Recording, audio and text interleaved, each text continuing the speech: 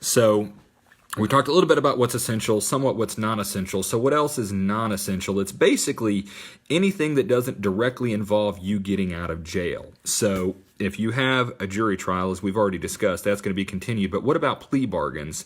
You know, the majority of criminal cases result in a plea bargain of some form. And so what we look for there is if a person is in custody, they didn't have a bond, they couldn't make a bond. Oftentimes a bond may be somewhat high and a person can't afford it, or for whatever reason a judge may determine a bond is not appropriate early in the matter. If a plea bargain is worked out whereby that person would be released from custody, that again touches on an essential liberty interest. The person is no longer going to be restrained in custody, and so we want to get them out.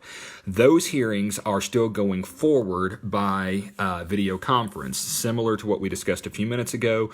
Everybody kind of logs on to the video software. We get the pleas moving. We ensure that everybody's rights are being protected, but that also they're able to get out of custody and try to get back to some semblance of a normal life, even as we all still live under these quarantine orders that we've been dealing with on a day-to-day basis.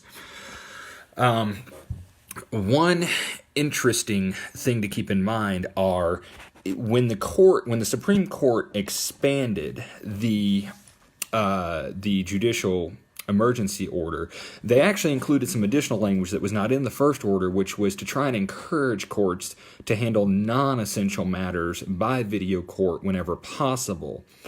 So there are certain hearings which may be non-essential, but which the court may want to have by video conference. And so one of the questions you need to ask is, even though the court may deem this non-essential, how important is it that this matter go forward now, as opposed to possibly seeking a continuance whereby we can have this hearing in person? You've got to look at things like your Sixth Amendment rights to confrontation. Can you physically confront a witness or a victim or an accuser in court? You know, make them sit there in front of you, in front of the prosecutor, in front of the judge, and testify in open court. And sometimes that right to actually be physically present should really be weighed heavily as against the expediency of having the matter heard sooner, but by video conference, where some of those things we discussed before, such as demeanor, body language, can't be accurately assessed.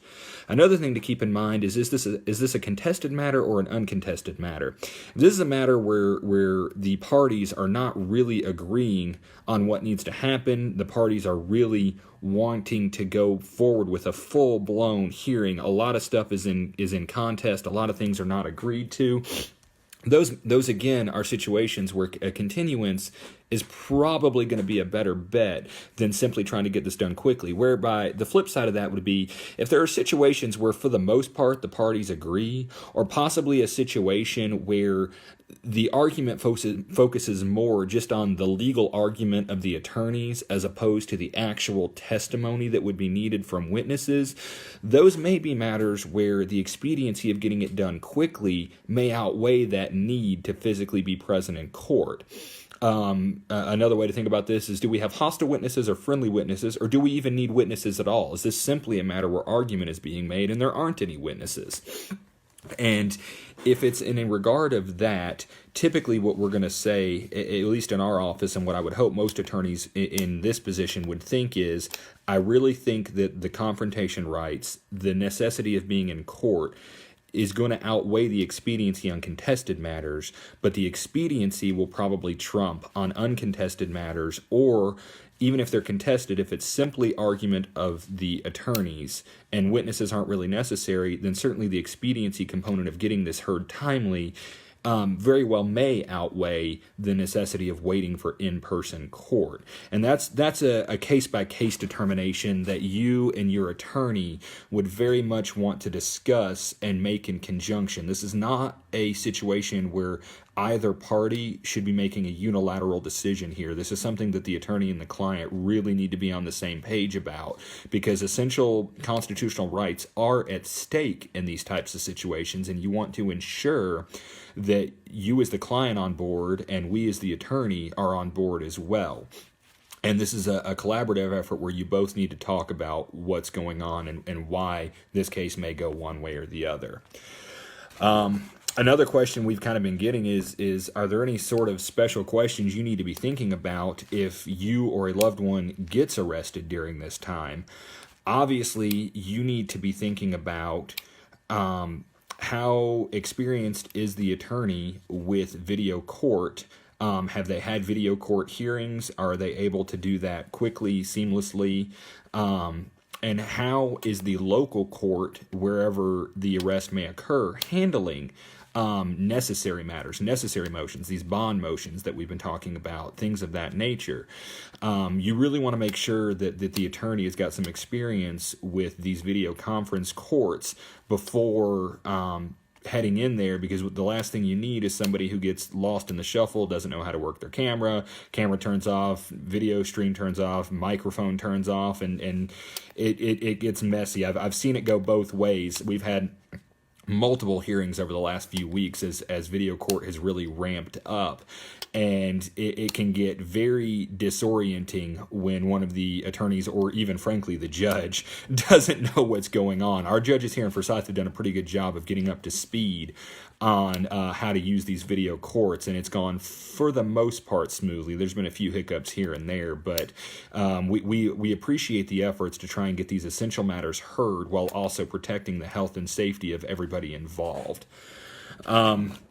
And so you want to make sure you have that. The other thing is to make sure that any attorney you're dealing with during this time especially has a good communication relationship with the prosecutors and the judge's office, because now more than ever, communication is more difficult, not less, and you need to be able to ensure that your attorneys are able to be getting in touch with opposing counsel as seamlessly as possible. But the thing I want to also mention is the flip side of that coin, which is you really need to give your attorneys some grace right now, because most district attorneys' offices are running on limited staff or even no staff and have sent everybody home. And so everything is having to be worked out, through a more lengthy communication process. If nobody's in the office to answer the phone, you can't pick up the phone and make a call. And so email is kind of the communication medium of the day, and email is not always an immediate response. So if your attorney tells you they're working on it and they've sent emails and they've sent phone calls and they're trying to get a reply, give them a little bit of grace, more so than you might normally give them. Because I can at least speak for our firm. We're working very diligently for our clients to have these communications happen, but we're also reliant on other parties getting back to us, and those parties may not even be getting our messages as quickly as we might normally be used to them doing.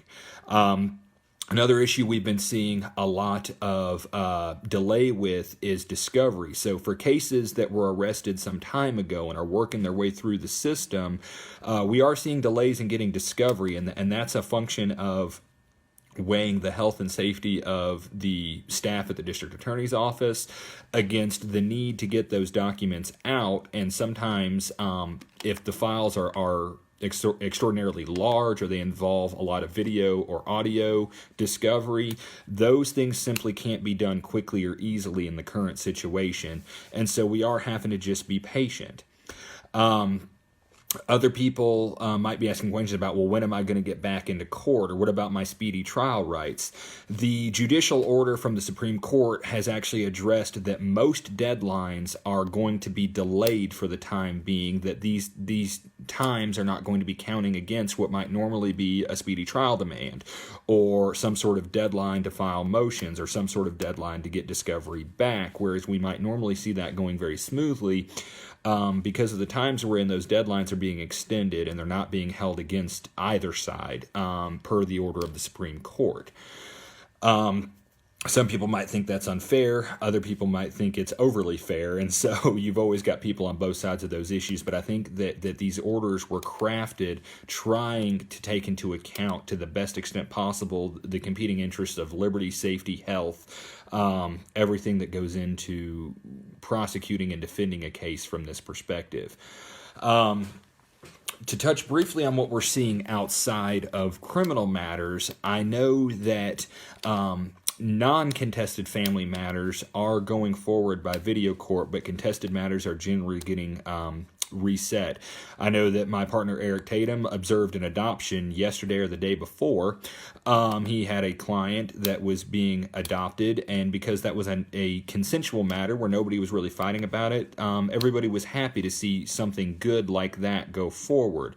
That's always a good day, a happy day, when something like an adoption occurs, and we don't want to delay those for the sake of the parents or the child unless we absolutely have to. And so those are the types of things that video court works very well for.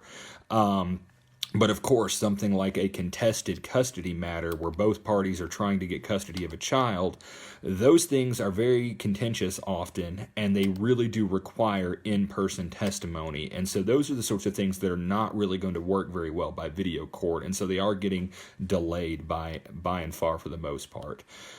We touched on juvenile court earlier, and so obviously a lot of juvenile court proceedings are much more essential than adult court proceedings may be, and so a lot of those are going forward, though if possible, I know they're being delayed if it can be done so without really seriously affecting the health, the safety, or the liberty of the juveniles that would be involved. I think pretty much anything outside of that realm, things of a civil nature, civil litigation, personal injury litigation, things of that nature are pretty much on hold from a litigation perspective.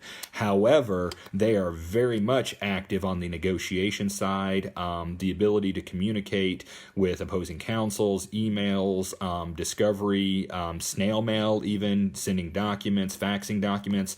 All of that side of it is definitely in full swing, and our partner here, Parker McFarland, he has really been moving some cases lately. We've actually had several settlements come down during this time. So even in the midst of the quarantine orders and the lockdown orders, we're still getting civil cases settled out.